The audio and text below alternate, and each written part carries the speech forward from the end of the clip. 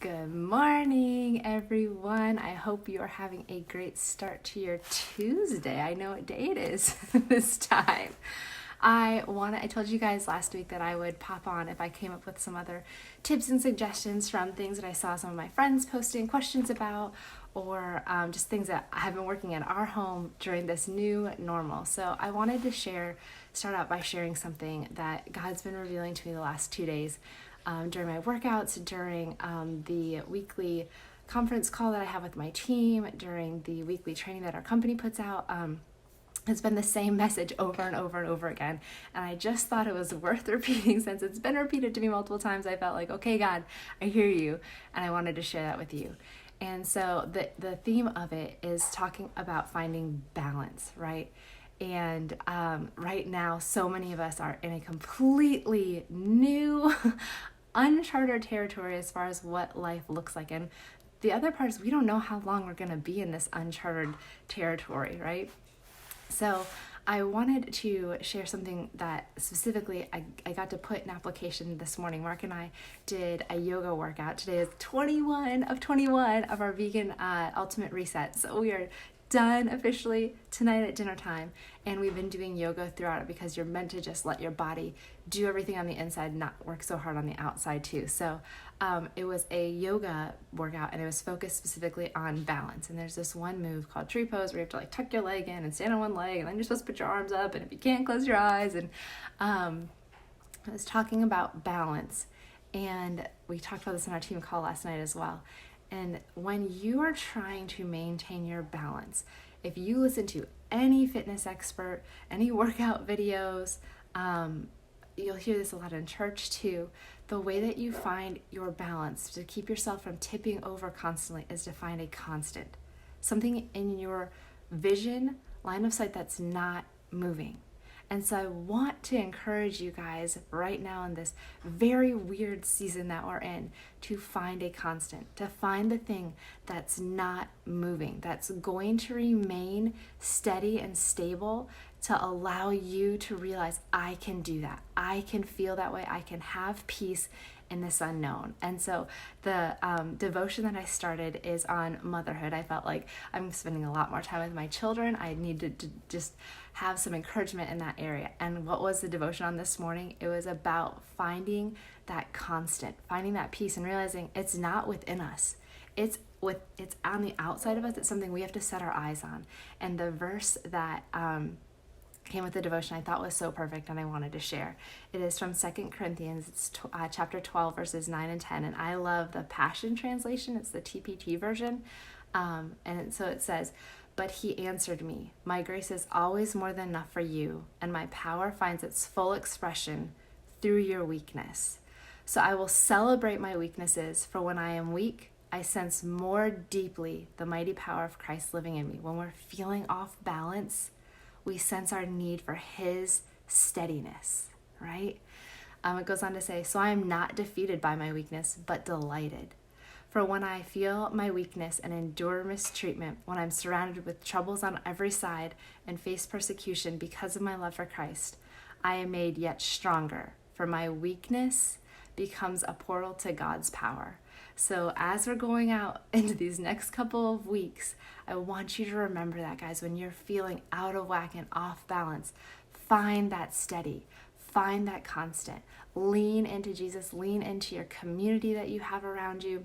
Yeah, you can't see them in person physically, but we have so much incredible technology like what I'm doing with you guys today to connect with one another. So stay connected, stay plugged in, find a constant to help you. So some practical tips that I wanted to share with you.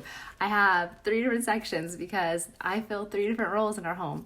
I am wife, I am mom, and now I'm also teacher. So I want to just give you guys 2 quick little tips for each of those. The first one is, for me, a wife. And I wanted to share with you that Mark's now working a lot more from home, so that's been an interesting situation, finding space for him. And now I'm also going to be doing some teaching things from home as well, so finding space for me and having the children there.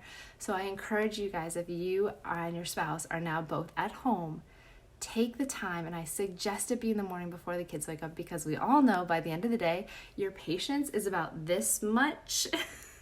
And that's not the best time to have a possibly challenging conversation with your spouse. Been there, done that, don't do it. Okay? So I encourage you to have 2 conversations with your spouse. And yes, they may be challenging, but it's better to have the conversation and be on the same page on the front end than get into this and realize you're having tension and resentment towards one another because you just didn't have a conversation. So what I suggest you have a conversation around is, how are the roles in the house going to look now that you're both at home? How are you going to divide up the time between taking care of the children and managing the roles that you have at your job? How are you going to find space within your home? Have a conversation around that. Don't just assume that your spouse understands what you're thinking. They don't. FYI, they just don't. I will never understand how Mark's thought processes work. I just don't. I don't function that way. But when we talk about it, we can get on the same page. The other conversation I suggest that you guys have, and yes, it is going to be challenging for some of us. It's really hard and scary right now because a lot of our careers are non-existent because so many industries are having to be completely shut down.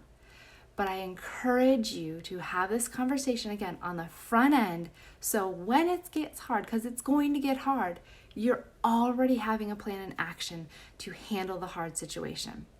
I encourage you guys to sit down and talk about your finances. Talk about what expenses can we really cut? What bills do we have? Can we call the credit card company and say, right now we can't make our $100 payment, but we will continue to send you $50. Look at your expenses and look at your debt payments and look at the income that you do have coming in. What can you do to make the most of it? Come up with a plan of action now, so when it gets hard, when it gets harder, you know that you're in this together, number one, and you have a plan in place. So those are my tips to you as a wife. Have the conversations up front. Don't assume that your spouse is on the same page as you, because odds are they're not. God made them in a very different way than you, and it works to your advantage because you've got different ideas to bounce off of. So have the conversations up front. My 2 tips to you as a mom, this is crucial, especially if you are trying to do job and mom and teacher and. You have to wake up before your kids. Moms, I know you're like, sleep, I need it. I get it. I feel you. I need it too. But I also know that my kids need a mom who is ready to love them from a place of peace and happiness and fulfillment. And I cannot get that when I wake up at the exact same time as them. So even if it's 15 minutes before them, I encourage you to wake up before the children and do something for you. Maybe for you it's not a workout. For me it is. That is the one thing that clears my mind, gives me energy, lets me know I can conquer the day. If I could do those squats or that move, I got this. But for you it might not be a workout, and that's okay. Maybe it's devotion time. Maybe it's getting up and giving yourself a facial. Whatever it is that allows you to have this do it. Wake up before your children and give you some time for you. So that way when they wake up, you're ready to greet them with a smile and not a here we go, right? We want to greet our children with a smile and a readiness to take on whatever the days may throw at us. The other tip that I have for you is something that we're starting this week, is called toy rotation. And I know that my kids have toys in their room that they haven't played with in months, right? And it's simply because they get fixated on one thing and then they don't play with those other things. So what I suggest doing is called toy rotation. It's pretty self-explanatory, but only setting out certain toys for maybe certain days of the week, or maybe for a week at a time, and then rotating those toys out. They're gonna act like it's Christmas all over again. Oh, I forgot I love this car track. And they will play with it for hours. It's been sitting in Ethan's room on his shelf since he got it for his, second birthday? But he's just been playing with other things. We pulled that car track out and they sat and played with it for almost an hour. And it wasn't anything brand new to them. It was just they hadn't seen it in a while. So it allows you to not have to constantly be on Pinterest and finding new activities to do. You've got activities in your home already. Just limit their time with them, because then they'll be more excited to play with them the next time that thing comes out. And then my 2 tips to you as a teacher. One, the first thing I want to tell you parents, if you're getting packets home from your teachers, which our school is starting to send out packets, or maybe you're getting online assignments, Everything doesn't have to be done in one day. Please remember that. You don't have to do all the subjects in one day. If your kid has a pretty challenging math assignment, especially since they don't have the teacher to be giving them direct instruction every single day, don't also make them do their science, their social studies, and their writing. If their math lesson challenged them really, you could notice they were starting to really get disengaged by the end of doing it, take a break and call that good for the day. You can catch up on lots of other days. So don't feel like you have to do all the subjects on all the days. And then my second tip to you is I've started to do this with Ethan. We are not required to do school with him. He's in pre-K, but he's been asking to do school. He misses his teacher and his teaching assistant so much. And so I've been trying to just build in school a little bit. And I ask him, what do you want to start with? Do you want to start with numbers? Do you want to start with writing? Or do you want to start with reading? And he tells me what he wants to do. Now, he knows we're going to do all three of them at some point. Maybe not all in that same sitting, but ask your kids, what do you want to start with today? Then they're already excited to do the work. They're getting to feel like they're in control of something that's already so out of their control. So that's what I have for you as a wife, a mom, and a teacher. Stay sane, find your thing to keep you grounded, that constant when we're feeling out of balance. And if you guys have any questions for me or any other tips that you think would be valuable to share, please drop them in the comments below. We are in this together and we will have an awesome day, awesome week, and awesome however long this odd season lasts. Have a great one, guys.